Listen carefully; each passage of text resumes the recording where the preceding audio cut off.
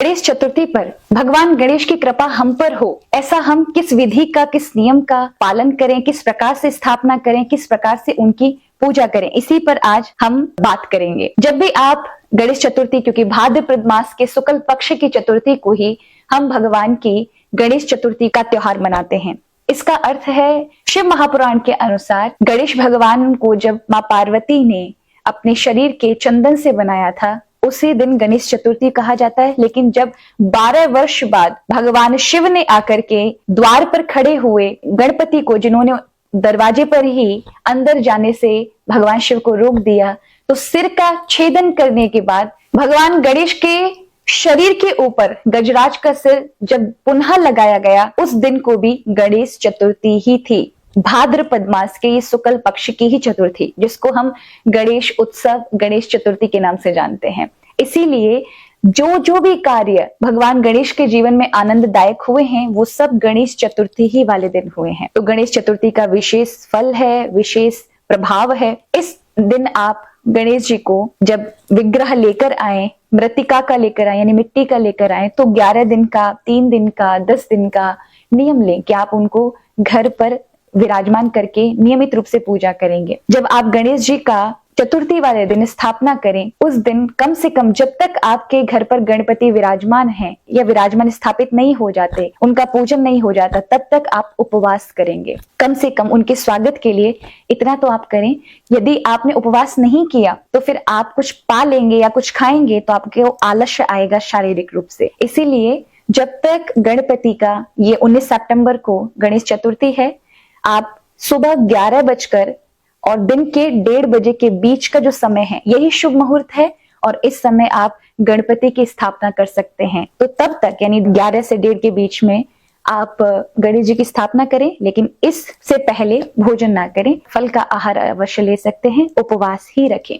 गणेश स्थापना के बाद आप पा सकते हैं। तो गणेश स्थापना के लिए जिन सामग्री की आवश्यकता होती है, वो है, आप उनके लिए स्नान के लिए जल का कलश रखें। अर्घ के लिए, यानी जब किसी देवता को हम बुलाते हैं, पूजन करते हैं, तो उन्हें अर्घ देना पड़ता है। अर्घ के लिए आप गंगा जल रखें, उसमें गुलाब जल मिला लें, आप कपूर मिला सकते हैं, केसर मिला सकते हैं, इससे वो अर्घ बन जाता है। और आप नैवेद्य में मोदक रख सकते हैं, मोतीचूर रख सकते हैं, कुछ मिठाइयां रख सकते हैं, मौसम के अनुसार फल रख सकते हैं या पंचफल भी विराजमान कर सकते हैं। आप पुष्पों की माला, गुलाब की, कमल की, गेंदे की, या फिर जो भी आपको वहां पुष्प इत्यादि मिले, उन सब की आप पुष्पमाला गणपति को चढ़ा सकते हैं। तांबुल यानी पान अवश्य गणपति की पूजा में स्थापित करें।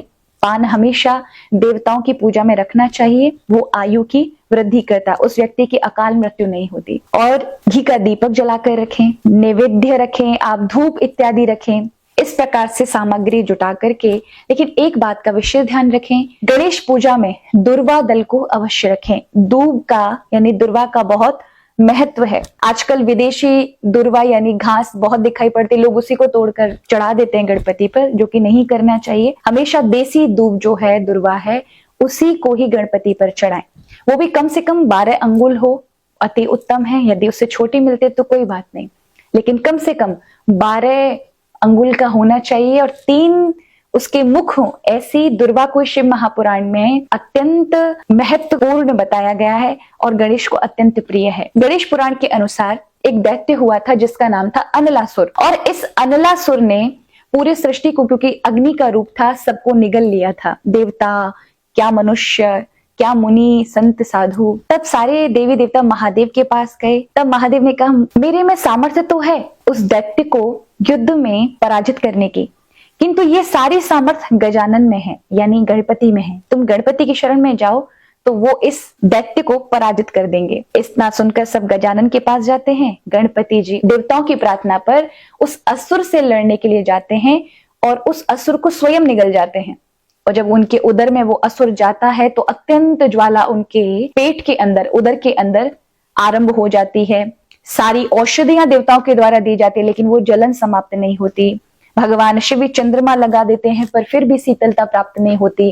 अंत में मार्ग से कश्यप ऋषि जा रहे थे और कश्यप ऋषि ने जब गणेश को देखा कि वो अशांत भाव से अपने पेट की पीड़ा से परेशान हैं, तब कश्यप ऋषि ने ही वही मैदान में लगी हुई दुर्वा के 21 गांठें बना करके और गणपति के पेट से बांधी तो वहां अत्यंत शांति की अनुभूति हुई और यही दुर्वा भगवान गणपति को अत्यंत प्रिय हो गई। इस दुर्वा का जन्म कहाँ से हुआ? समुद्र मंथन में भगवान के शरीर से दुर्वा दल प्रकट हुआ, लेकिन दुर्वा दल के ऊपर जब अमृत का कलश धन्वंतरी जी के द्वारा रखा गया और उसके द्वारा जो जल के छींटे दुर्वा पर पड़े, इससे वो दुर्वा दल अमर हो गया। तो भगवान शिव को भी दुर्वा चढ़ाई जाती है, लेकिन गणेश को अत्यंत प्रिय है। तो आप अवश्य 101 या 21 दुर्वा दल की गांठें बना करके गणपति को अवश्य अर्पित करें, उनका विशेष आशीर्वाद आपको प्राप्त होगा। जब आप गणेश जी की विराजमान करके और जब उनको स्नान, क्योंकि मिट्टी के जो स्वरूप हैं उनको स्नान नहीं कराया जाता है,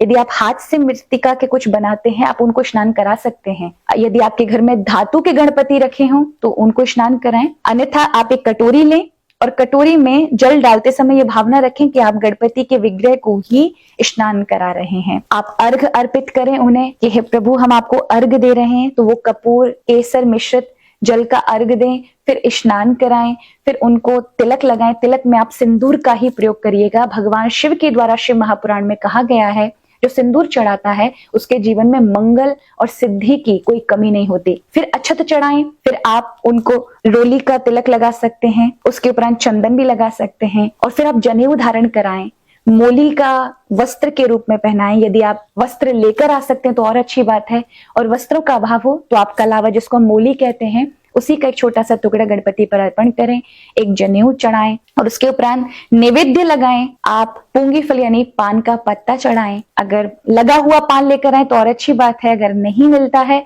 तो फिर उसमें इलायची और लौंग मिला करके तब पान को निवेदित करें गणपति के पास। और उसके उपरांत आप उन्हें सुंदर सी माला पहनाएं और भव्य आरती उतारें गणेश भगवान की। उस दिन यदि आपको संस्कृत आती है तो गणेश अथर्व शीर्ष का पाठ करें, नहीं आता तो गणेश चालीसा करें, गणेश जी का भजन करें और 11 दिन के लिए अब ये कह दें या 10 दिन के लिए ये कह दें कि गणपति आज से आप ही हमारे घर के मालिक हैं, हम सभी तो आपके बालक हैं, अब घर की रक्षा सुरक्षा आनंद आपको ही करना है। इस भावना से गणपति को आप अपने जीवन में लाएं, जिससे वो आपके जीवन के आनंद के सिद्धि के सारे दरवाजे खोल दें और विघ्नों को आपके जीवन से हमेशा हमेशा के लिए शमन कर दें। गणपति बापा मोरिया, मंगल मूर्ति मोरिया।